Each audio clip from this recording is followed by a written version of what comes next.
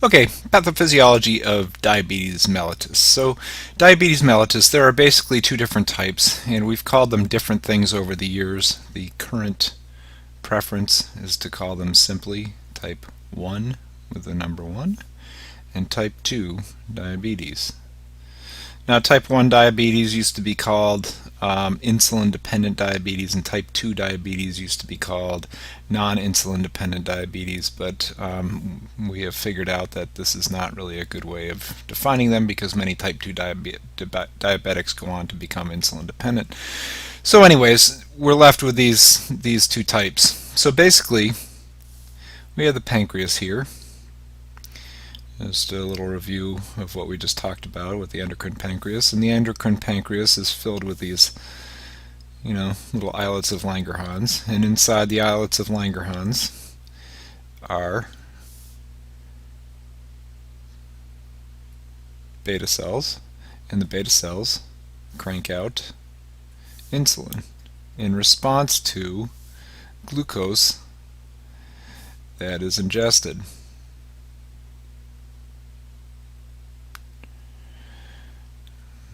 So we have a guy here eating a Twix bar and ingesting lots of glucose, and the glucose is going down, making its way down into the pancreas, and when the pancreas detects a high level of glucose, it cranks out insulin, and insulin goes into the bloodstream and goes to various organs and does its thing. Now, so does its thing. We'll have it say here's the liver. Here's a liver cell. The liver cell has a little insulin receptor. The insulin binds with it, and remember what the cell does. That increases the glucose transporter, so glucose is taken up by the cell, and we get lots of glucose in the cell, right? From this guy's Twix bar. Okay, so what happens, what goes wrong with that picture? Well, with type 1 diabetes, the problem is something happens to that causes destruction of the beta cells inside the islets of Langerhans. And what happens, why does this happen? Well, it seems to be an autoimmune response that progresses fairly quickly.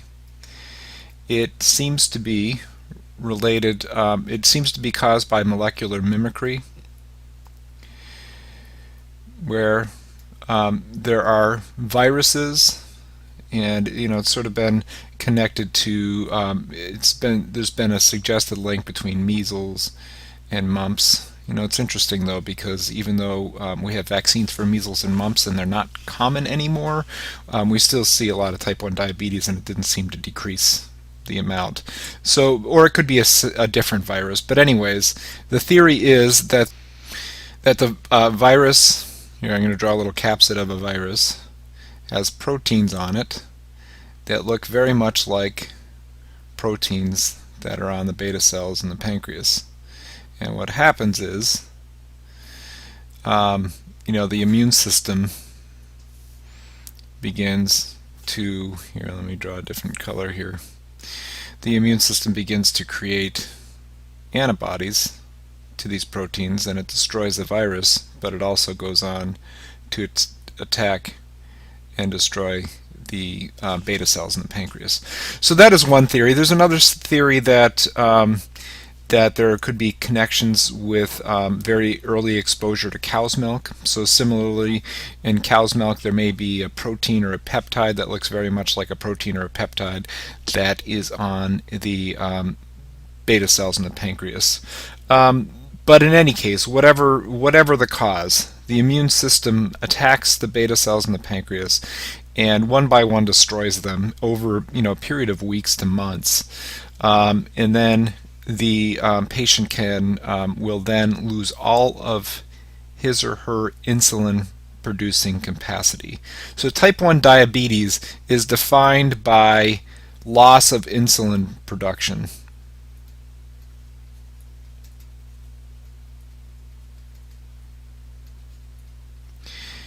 So, and usually it's relatively absolute. Most type 1 diabetics have absolutely no insulin production. They've lost all of their beta cells.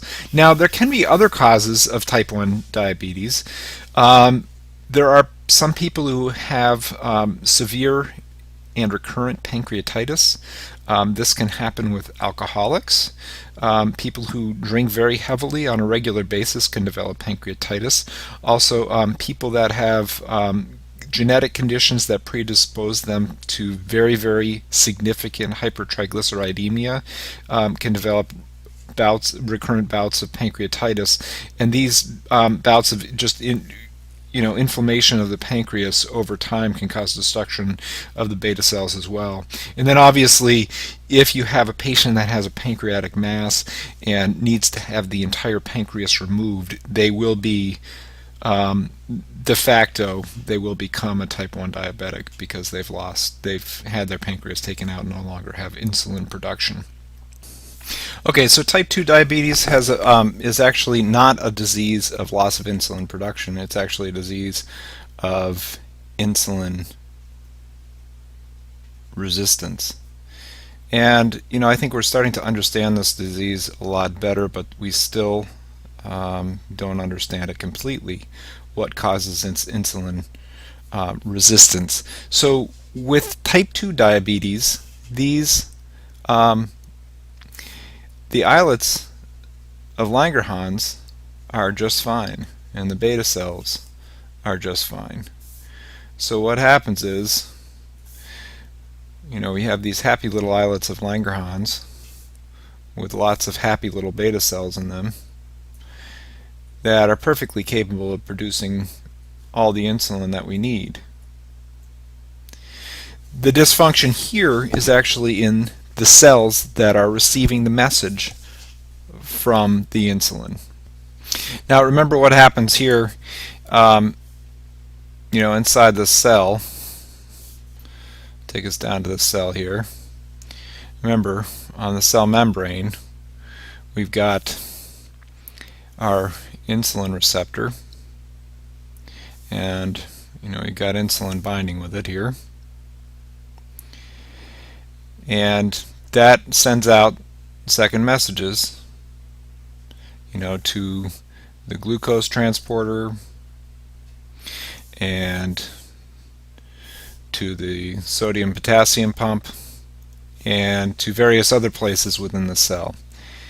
And what happens is, and we don't know exactly how this happens, but the current theory is that people who have high levels of circulating fatty acids in their blood, hypertriglyceridemia, hypercholesterolemia, this could come from partially from inheritance and partially just from eating a diet high in fat, or high in high in a combination of fats and carbohydrates.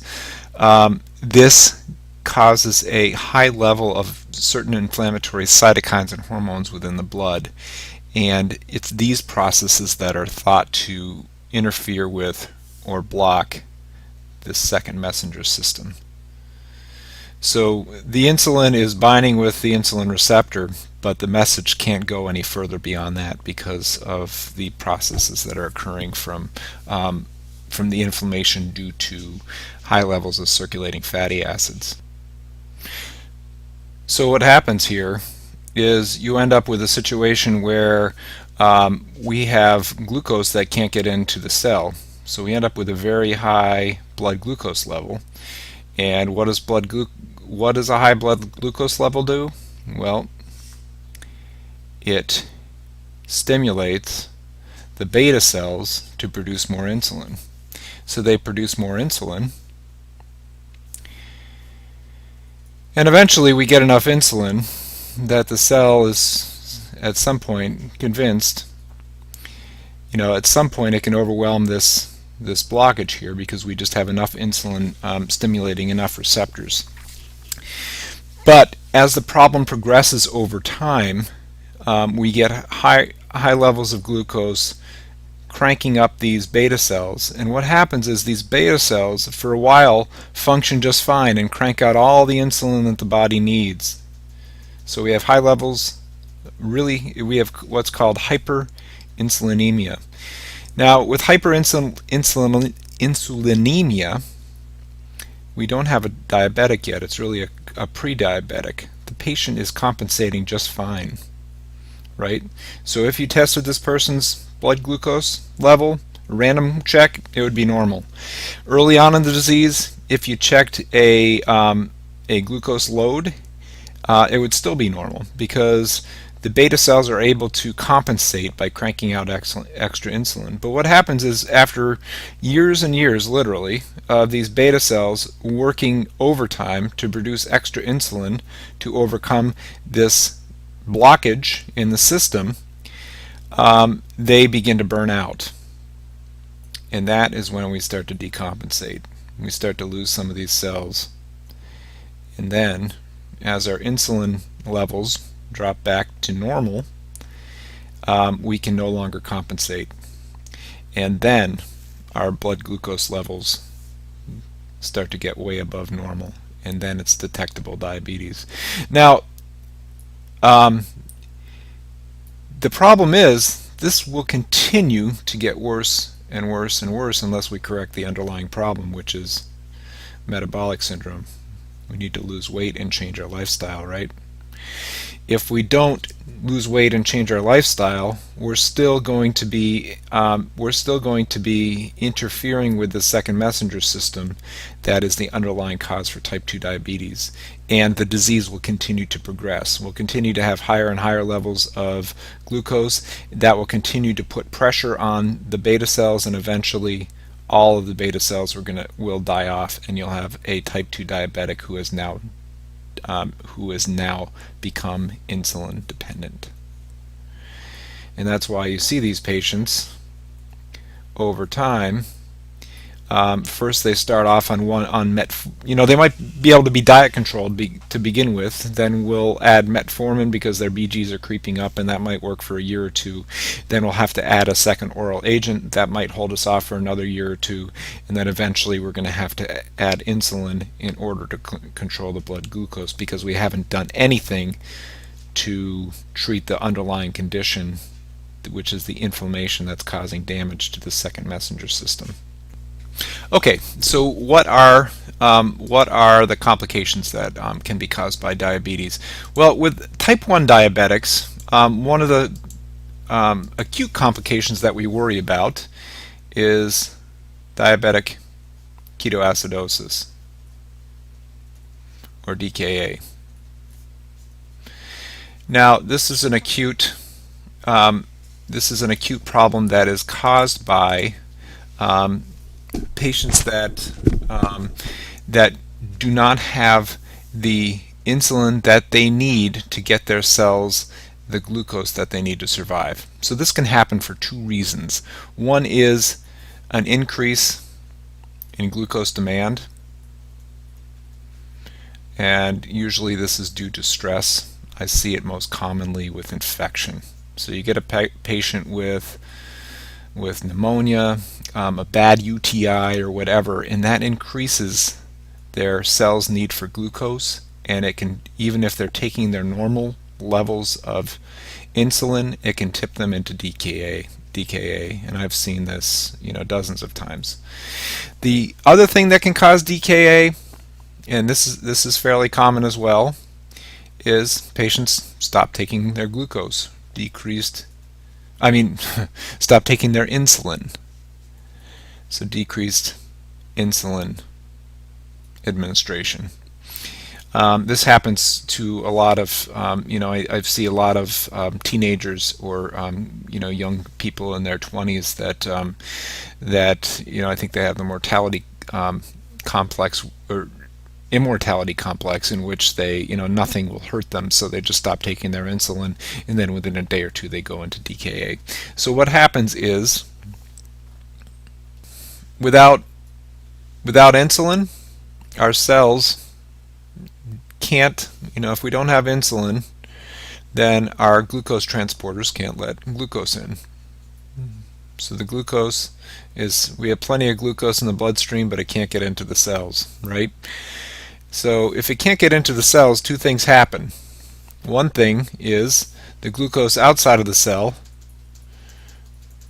becomes very, very high, so we have elevated BGs. And then the other thing is there's no glucose in the cells, so the cells have to shift to other substrates for energy production. In particular, they have to shift to using proteins, and lipids. Now when they do that, our bodies can work fine with just proteins and lipids, but when we use a lot of proteins and lipids in our body, one of the byproducts of metabolism of proteins and lipids is ketone bodies, or keto acid. So ketoacidosis is actually due in part to the development of high levels of these ketone bodies, and this will cause an increase in hydrogen ion concentration, which actually I should just write it like this: it actually decreases pH, because pH is actually a negative log scale of hydrogen concentration. So a decrease in pH actually means an increase in hydrogen ion concentration, so it becomes more acidic. So one of the other effects that I wanted to talk about as well is, remember that insulin is a regulator of the sodium-potassium pump. So without insulin, we are not pumping as much sodium-potassium into and out of the cell. Now this is interesting what happens with potassium, because potassium is not pumped inside the cell, so what we end up with is intracellular hypokalemia. So it drops down to below its normal intracellular levels of about 140 milliequivalents down to maybe 110 milliequivalents. So if you add that up throughout all the body's cells, we lose a lot of potassium from our cells. But potassium in the bloodstream is very closely regulated by the kidneys. So once our potassium gets above like 4.5 to 5, our kidneys just produce urine with more potassium and pee it out. So what happens is, we have normal potassium levels in our plasma, but our entire body has become very hypokalemic because of all the K lost from the cells. So it's interesting, because what happens, and this doesn't cause too much of a problem until we go and fix the situation by giving the patient insulin. So those of you who work in the ICU know that even with a normal potassium, oftentimes we will order to administer potassium before we start the insulin, because we know that it's going to drop significantly, because we're going to start out with a normal level of potassium here. We're going to give insulin, turn on these sodium potassium pumps, and we're going to begin to restore this potassium level to normal within the cell, and it's going to do that at the expense of potassium outside the cell. So we're very quickly, within hours, drop from 4.5 to 2. So we need to, good nurses anticipate this, and we'll make sure that we watch the potassium level very closely, and we administer it even before giving the insulin. Okay, so what are the other effects? One of the effects of ketoacidosis is mental status changes, and this actually happens with ketoacidosis and another condition called non-ketotic hyperosmolar coma. And this is primarily due to increased glucose levels, increasing the osmolarity of our blood. We have so much glucose going around, and I've seen people with glucoses up in the 900s. And this actually causes electrolyte shifts in our central nervous system and causes mental status changes. Also, oftentimes you'll see people with abdominal pain, and this we believe is caused by the decreased pH, and it causes sort of a partial ileus. Okay. The next thing I wanted to talk about are the long-term effects, long-term complications. And the major long-term complications from diabetes are primarily due to the effects of chronic hyperglycemia on the endothelial cells. So, throughout our body, in all of our blood vessels, we have, they are all lined with these endothelial cells. And what happens with diabetes is that the hyperglycemia is actually directly toxic to these cells. And also, remember, glucose is responsible for the transport of all substrates into the cell. So we also end up with, along with hyperglycemia, we also end up with hypertriglyceridemia and cholesterolemia, because the cells cannot take up cholesterol, triglycerides, and other fatty acids into the cells. So the hyperglycemia causes injury to the cell, and that causes inflammation.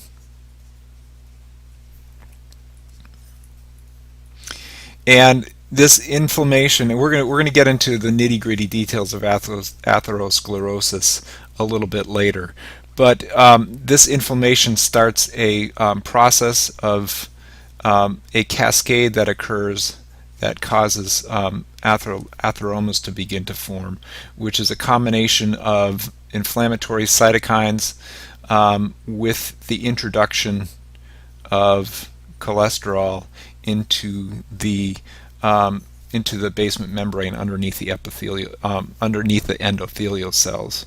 Now, this is occurring throughout the vascular system. In the large arteries, the aorta, the femoral arteries, the renal arteries, the hepatic arteries, the mesenteric arteries that are feeding the gut, actually the stomach and the gut. So what can this cause? All sorts of problems. It can cause aortic aneurysms to form. It can cause atheromas to form in the renal arteries, causing renal artery stenosis, which can increase blood pressure. It's a secondary cause of hypertension. It can cause atheromas to form in the arteries that feed the stomach and the gut, which can cause gastroparesis and mesenteric ischemia. It can clot off the femoral veins, or the more distal peripheral veins, and cause peripheral artery disease. And then it can also affect the little microvessels, little tiny vessels, like the vessels that are feeding the eye. So it can cause retinopathy. Oh yes, and I can't forget the heart. Of course, it can cause coronary artery disease as well by causing plaques within the coronary arteries. So it's the same process throughout the body in large arteries and small arterioles that are causing all the macrovascular disease, coronary artery disease, aortic disease, renal artery stenosis, mesenteric artery disease, and also microvascular disease, which can cause retinopathy, and it can also do further damage to the kidneys through microvascular disease. It does damage directly to the glomerulus, which is the intersection between the small renal arterioles and the Bowman's capsule. So now that we understand this disease better, we know that if we control BGs, we can slow. Yeah, hold on, please.